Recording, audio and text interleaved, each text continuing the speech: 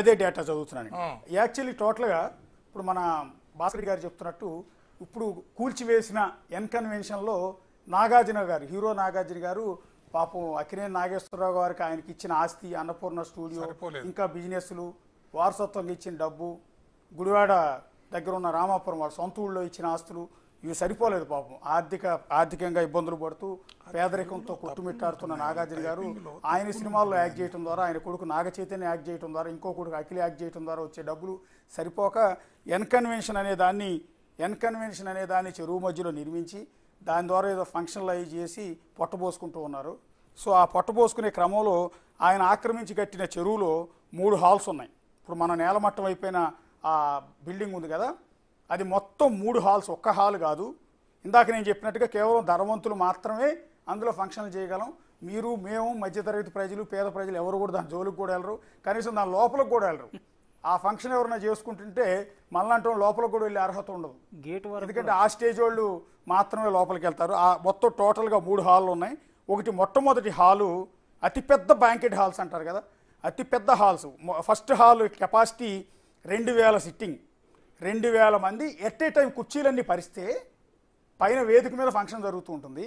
At a time కుర్చీలన్నీ పరుచుకుంటూ వెళ్తే 2000 కుర్చీలు వేయచ్చు. 2000 మంది ఒకేసారి కూర్చుని వేదిక మీద జరిగే ఫంక్షన్ చూడవచ్చు. ఇది ఒక హాల్లో సంగతి. 3000 మంది ఫ్లోటింగ్, అంటే 2000 మంది ఎట్ ఏ టైం కూర్చోవచ్చు. టోటల్గా ఫ్లోటింగ్ అంటే వచ్చేవాళ్ళు, వెళ్ళేవాళ్ళు, మూమెంటు, అటు తిరిగేవాళ్ళు, వీటి తిరిగేవాళ్ళు, ఆ పక్కన ఉన్న ఈ పక్కన ఉన్న వాళ్ళు మొత్తం కలిపితే 3000 మంది టోటల్ కెపాసిటీ. అంటే టోటల్గా 5000 మంది కెపాసిటీ. అది 2000 మంది కూర్చోవచ్చు. 3000 మంది అటు ఇటు తిరిగేవాళ్ళు, నుంచునేవాళ్ళు, హడావిడి చేసేవాళ్ళు ఉంటారు కదా, మొత్తం అదొక 3000 మంది అనుకుంటే టోటల్గా ఆ హాల్ కెపాసిటీ 5000 మంది. ఇది first hall. Next second hall సంగతి చెప్తున్నాం. సెకండ్ హాల్ కెపాసిటీ, ఇది చిన్న హాల్ అనుకుంటా, బహుశా 500 సిట్టింగ్ బ్యాంకెట్ హాలు. 500 మంది ఒకేసారి కుర్చీలు పరిస్తే 500 కుర్చీలు పడతాయి. 700 ఫ్లోటింగ్, అంటే మిగిలిన నుంచిన వాళ్ళు ఇందాక నేను చెప్పినట్టుగా 700 మంది, 7, 5 కలిపితే 1200 మంది, అంటే చిన్న హాల్. మొదటి హాలు 5000 మంది పడతారు, రెండో హాలు 1200 మంది పడతారు. ఇక మూడో హాల్ దగ్గరికి వద్దాం.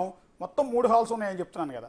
మూడో హాల్ కెపాసిటీ మొదటి దానితో పోలిస్తే ఇంకాస్త తక్కువ. అందులో 1000 మంది సిట్టింగ్, ఒకేసారి 1000 కుర్చీలు వేయచ్చు, 1000 మంది కూర్చోవచ్చు. ఇంకో 1200 మంది ఫ్లోటింగ్, నుంచునేవాళ్ళు కానీ పక్కన ఉన్న వాళ్ళు, వెళ్ళేవాళ్ళు, వచ్చేవాళ్ళు కలిపితే టోటల్గా 2200 కెపాసిటీ. మొత్తం 3 హాల్స్. మొదటి హాలు 5000 మంది కూర్చునే, 5000 మంది అతిథులను ఆహ్వానించవచ్చు. నాకు అంతమంది రారు, 5000 మంది రారు, నాకు కేవలం ఒక 1000 మంది, 1200 మంది వస్తారు, చిన్న ఫంక్షన్ చేస్తున్నాను అనుకుంటే రెండో హాల్ రెంట్కి తీసుకుంటారు. రెండో హాల్ కెపాసిటీ 1200 మంది. లేదు అటు ఇటు కాదు, నాకు అంతమంది కాదు, కొంత ఒక మాదిరి జనం వస్తారు, ఒక 2000 మందికి పైగా వస్తారు అనుకుంటే మూడో హాల్ తీసుకుంటారు. మూడో హాల్ 2200 కెపాసిటీ. ఇక ఇందులో టోటల్గా 10,000 కెపాసిటీ ఎట్ ఏ టైం 3 హాల్స్లో కనుక ఫంక్షన్స్ జరుగుతుంటే 3 ఆక్యుపై చేసుకుంటే 3 హాల్స్ని వేరు వాళ్ళు లీజుకు తీసుకోవచ్చు, లేకపోతే ఒకే బడాబాబు మూడింటిని ఒకేసారి తీసేసుకుంటే టోటల్గా 10,000 మంది. 10,000 మంది ఎట్ ఏ టైం ఎన్కన్వెన్షన్లో ఉంటారు. అంత పెద్ద హాల్ అది. మీరు చూస్తూ ఉంటారు శంషాబాద్ అవుట్స్కట్స్లో అనేక ఫంక్షన్ హాల్ కనపడుతుంటాయి, కోంపల్లి వైపు అనేక ఫంక్షన్ హాల్స్ కనపడుతుంటాయి, ఇంకోసారి కనపడుతుంటాయి. వాటితో పోలిస్తే ఈ హాల్ అనేది 10,000 మంది ఎట్ ఏ టైం అటెండ్ అవుతారు. ఇక తర్వాత దీనిలో ఒక ప్లేట్ భోజనం 1600 అంట. ఒక ప్లేట్ భోజనం ఎన్కన్వెన్షన్లో ఒక ప్లేట్ భోజనం 1600, నాన్ వెజ్ అయితే 1800, వెజ్ అయితే 1600, నాన్ వెజ్ అయితే 1800. ఆదాయం 2 కోట్లు వస్తుంది పర్ డే. ఒక ఫంక్షన్ జరిగితే 1,70,00,000 నుంచి 2 కోట్లు వస్తుంది పర్ డే, ఆ 3 హాల్స్కి సంబంధించిన ఆదాయం. అలా చెప్పుకుంటే సంవత్సరం మొత్తానికి సగం రోజులు లెక్కేసిన, సంవత్సరం మొత్తం ఫంక్షన్లు చేయరు కదా, 365 రోజులు ఎవరు ఫంక్షన్ చేయరు, మిగిలిన రోజులు ఖాళీగా ఉంటాయి. సగం రోజులు జరిగినా కూడా ఫంక్షన్స్ మొత్తం 10 ఏళ్లలో 3,500 కోట్ల నుంచి 4,000 కోట్ల వరకు ప్రస్తుతం నాగార్జున గారికి ఆదాయం వచ్చింది అనేది ఒక అంచనా. ఇక వ్యాలెట్ పార్కింగ్ అనేది అదనంగా ఉంటుంది. వ్యాలెట్ పార్కింగ్ అంటే తెలుసు కదా, ఒక కారు తీసుకెళ్ళినప్పుడు అక్కడ వ్యాలెట్ పార్కింగ్ అని బోర్డు పెడతారు, డ్రైవర్లు అక్కడ నిలబడి ఉంటారు, మన కీ ఇచ్చేస్తే వాళ్ళే తీసుకెళ్ళి పార్కింగ్లో పెడతారు. మనం రాగానే మళ్ళీ ఒక చిన్న కూపన్ లాంటిది ఇస్తారు, చిన్న స్లిప్ ఇస్తారు, ఈ కారుకి సంబంధించిన ఎవిడెన్స్. మళ్ళీ దాన్ని తీసుకెళ్ళి అక్కడ సబ్మిట్ చేయగానే ఆ డ్రైవర్ వెళ్ళి పార్కింగ్లో ఉన్న కారు తీసుకొచ్చేస్తాడు. దానికి సమ్ అమౌంట్ పే చేయాలి. కారు పార్కింగ్ కూడా ఫ్రీ కాదు. చెరువును ఆక్రమించి కట్టిన ఫంక్షన్ హాల్కి ఎంత రేటు ఉందో, భోజనం ప్లేట్ 1600, వెజ్ అయితే 1800 నాన్ వెజ్ అయితే. దీనికి కాకుండా కారు పార్క్ చేసుకున్నా కూడా ఆ ఫంక్షన్కి వచ్చిన వాళ్ళు కారు పార్క్ చేయాలన్నా కూడా వ్యాలెట్ పార్కింగ్కి అదనంగా చెల్లించాలి. ఈ విధంగా గత 10 ఏళ్లలో హీరో నాగార్జున గారు అక్షరాల 3500 కోట్ల నుంచి 4000 కోట్ల వరకు రఫ్ ఎస్టిమేషన్, ఇది పక్కా ఎస్టిమేషన్ కదా, మన వాళ్ళ దగ్గర ఆడిట్ రిపోర్ట్ ఏమైనా తీస్తే ఇంకా ఎక్కువ కూడా ఉండొచ్చు. మనం సగం రోజులకే లెక్కేస్తున్నాం. 365 రోజులు అంటే 12 నెలల పాటు ప్రతిరోజు ఫంక్షన్ జరగవు కదా, మిగిలిన రోజులు ఖాళీగా ఉంటుంది. అందుకని సగం రోజులే వేస్తున్నాం. 6 నెలలు మాత్రమే ఫంక్షన్ జరిగాయి అనుకుందాం. ఈ 6 నెలలకి టోటల్ ఎస్టిమేషన్ వేస్తే పర్ డే ఒక ఫంక్షన్ జరిగితే 2 కోట్ల ఆదాయం నాగార్జున గారికి వస్తుంది. అట్లా 10 ఏళ్లలో, గత 10 ఏళ్లలో, ఈ ఫంక్షన్ హాల్ కట్టిన 10 ఏళ్లలో 3500 నుంచి 4000 కోట్ల రూపాయలు దీని మీద సంపాదించుకుని ఆయన ఫ్యామిలీ బతుకుతూ ఉన్నారు. పాపం సినిమాల్లో వచ్చే ఆదాయం సరిపోక, నాగేశ్వరరావు గారి నుంచి ఆయనకు వచ్చిన ఆస్తులు సరిపోక, వాటి అన్నపూర్ణ స్టూడియో నుంచి, మళ్ళీ అన్నపూర్ణ స్టూడియో కూడా ప్రభుత్వ స్థలమే. అన్నపూర్ణ స్టూడియో ఆ రోజు ఎన్టీఆర్ హయాంలో సినిమా ఇండస్ట్రీని చెన్నై నుంచి ఇక్కడికి తీసుకురావాలనే ఉద్దేశంతో ఎన్టీఆర్ నడుము కట్టి ఇక్కడ ఉన్న వాళ్ళందరికీ జూబ్లీహిల్స్ ప్రాంతంలో ఉన్న స్థలాలని స్టూడియోలు కట్టుకోవడానికి, ఇల్లు కట్టుకోవడానికి స్థలాలను ఇచ్చారు ఆ రోజు. అలా ఇచ్చిన వాటిలో పొందిందే పద్మాలయ స్టూడియో కావచ్చు, అన్నపూర్ణ స్టూడియో కావచ్చు, బహుశా ఇంకా మిగిలిన స్టూడియోలన్నీ. సో అది 99 ఏళ్ళకే ఏదో లీజు రాసిస్తారు బహుశా. ఇక 99 ఏళ్ళ తర్వాత అడిగేవాళ్ళు లేరు, పెట్టేవాళ్ళు లేరు కాబట్టి ఆటోమేటిక్గా వాళ్ళ కిందకి వెళ్ళిపోతూ ఉంటుంది. సరే, దాని జోలికి వెళ్తుంది. దాని తర్వాత ఏమన్నా ప్రభుత్వం యాక్షన్ తీసుకుంటుందా లేదనే తర్వాత విషయం. కానీ ప్రస్తుతానికైతే ఎన్కన్వెన్షన్కి సంబంధించి వచ్చే ఆదాయం ఇప్పటిదాకా మీకు ఎక్స్ప్లెయిన్ చేసాం. అక్కడ భోజనం ఎన్కన్వెన్షన్లో, మనం చూస్తున్న ఎన్కన్వెన్షన్లో నాగార్జున గారి ఫంక్షన్ హాల్లో ఫంక్షన్ చేసుకోవాలి అంటే, అక్కడ భోజనం తినాలి అంటే వెజిటేరియన్ అయితే 1600 రూపాయలు ప్లేటు, నాన్ వెజ్ అయితే 1800 రూపాయలు, కారు పార్కింగ్ చేయడానికి వ్యాలెట్ అదనం.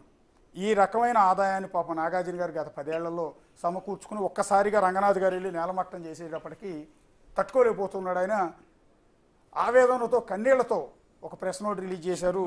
లాయర్లను పంపించి హైకోర్టులో ఒక హౌస్ మోషన్ పిటిషన్ దాఖలు చేశారు. సో దాని మీద ఇవాళ అయితే ఆర్గ్యుమెంట్స్కి వచ్చే అవకాశం ఉండకపోవచ్చు. బహుశా రిజిస్ట్రేషన్ ముందు నంబర్ ప్రాసెస్ ఉంటుంది, నంబరింగ్ ఇచ్చిన తర్వాత దాన్ని అసలు పిటిషన్ తీసుకోవాలా లేదా అనే దాని మీద చూడాల్సి ఉంటుంది. ఎందుకంటే హైడ్రా ఒకవేళ అక్రమ కట్టడాలను కూల్చడానికి వెళ్ళినప్పుడు ఇలా ప్రతి ఒక్కళ్ళు ఒక పిటిషన్ వేసుకుంటూ పోతే ప్రతిదానికి కోర్టులు కూడా స్టే ఇవ్వవు కదా. కోర్టులు కూడా బఫర్ జోన్లో అక్రమ నిర్మాణాలు చేపట్టొద్దు, ఎఫ్టీఎల్ పరిధిలో అక్రమ నిర్మాణాలు చేపట్టొద్దు అని ఏనాటి నుంచో చెప్తోంది. ఎన్నోసార్లు వార్నింగ్ కూడా ఇచ్చింది హైకోర్టు, తెలంగాణ హైకోర్టు ఎన్నోసార్లు వార్నింగ్ ఇచ్చింది. గతంలో ఉమ్మడి రాష్ట్రంగా ఉన్నప్పుడు అప్పటి రాష్ట్రానికి సంబంధించిన న్యాయమూర్తులు కూడా ఇలాంటి బఫర్ జోన్లో నిర్మించిన అక్రమ కట్టడాలు, చెరువుల ఆక్రమణలకు సంబంధించి ఎన్నోసార్లు వార్నింగ్ ఇచ్చింది. కానీ అప్పుడున్న పాలకులు కానీ అధికారులు కానీ వాటిని పెద్దగా పట్టించుకోలేదు. సో ఇన్నాళ్ళకి నాగార్జున ఎన్కన్వెన్షన్ కూల్చివేయటం ద్వారా రేవంత్ రెడ్డి సర్కార్, రంగనాథ్ బుల్డోజర్ ఒక వార్నింగ్ ఇచ్చింది కబ్జాదారులకి, ఆక్రమణదారులకి. సో వాళ్ళందరికీ ఒక వణుకు పుడుతోంది. సో ఇప్పుడున్న మన కట్టడాల పరిస్థితి ఏంటని భయం పట్టుకుంది. అదే క్రమంలో ఏ చెరువుని మాత్రం మనం ఆక్రమించొద్దు అన్న ఆలోచన వాళ్ళందరిలో వచ్చింది. ఇక అన్నిటికన్నా ముఖ్యమైనది, మన రంగనాథ్ గారు రిక్వెస్ట్ చేశారు జనాలందరికీ, ఇలాంటి చెరువులను ఆక్రమించి కట్టిన అపార్ట్మెంట్లలో తక్కువ రేటుకు వచ్చింది కదా అని. ఎందుకంటే అవి రిజిస్టర్ కావు, రిజిస్ట్రేషన్ ఉండదు వాటికి. ఈ అపార్ట్మెంట్లో రిజిస్ట్రేషన్ ఉండదు కాబట్టే బయట ఫ్లాట్ ₹1,00,00,000 అమ్మితే వీళ్ళు 30 లక్షలు 40 లక్షలకి అమ్ముతూ ఉంటారు. సో అది తక్కువ రేటుకు వస్తుంది కదా అని చెప్పి అప్పులు చేసి బంగారాలు తాకట్టు పెట్టి వీళ్ళ దగ్గర ఫ్లాట్లు కొనుగోలు చేయొద్దు. అది చెరువు మధ్యలో కట్టింది, అసలు రిజిస్ట్రేషన్ లేదంటేనే మీకు అర్థమవుతుంది అది ఇల్లీగల్ అని. సో అలాంటి ఇల్లీగల్ దాంట్లో మీరు కొనుక్కుని ఇప్పుడు ఇలా కూల్చివేసిన తర్వాత బాధపడి ఉపయోగం లేదు. కాబట్టి దయచేసి అలాంటి ఇల్లీగల్ కట్టడాల్లో మీరు మాత్రం కొనుగోలు చేయదని ఒక రిక్వెస్ట్ చేస్తున్నారు. సో టోటల్గా ఇది ఇవాళ నాగార్జున ఎన్కన్వెన్షన్ కూల్చివేత, తుమ్మిడికుంట చెరువు పరిరక్షణకు సంబంధించి ప్రభుత్వం తీసుకున్న తమ్మిడికుంట చెరువు పరిరక్షణ కోసం తీసుకుంటున్న యాక్షన్. సో మరో 2-3 రోజుల తర్వాత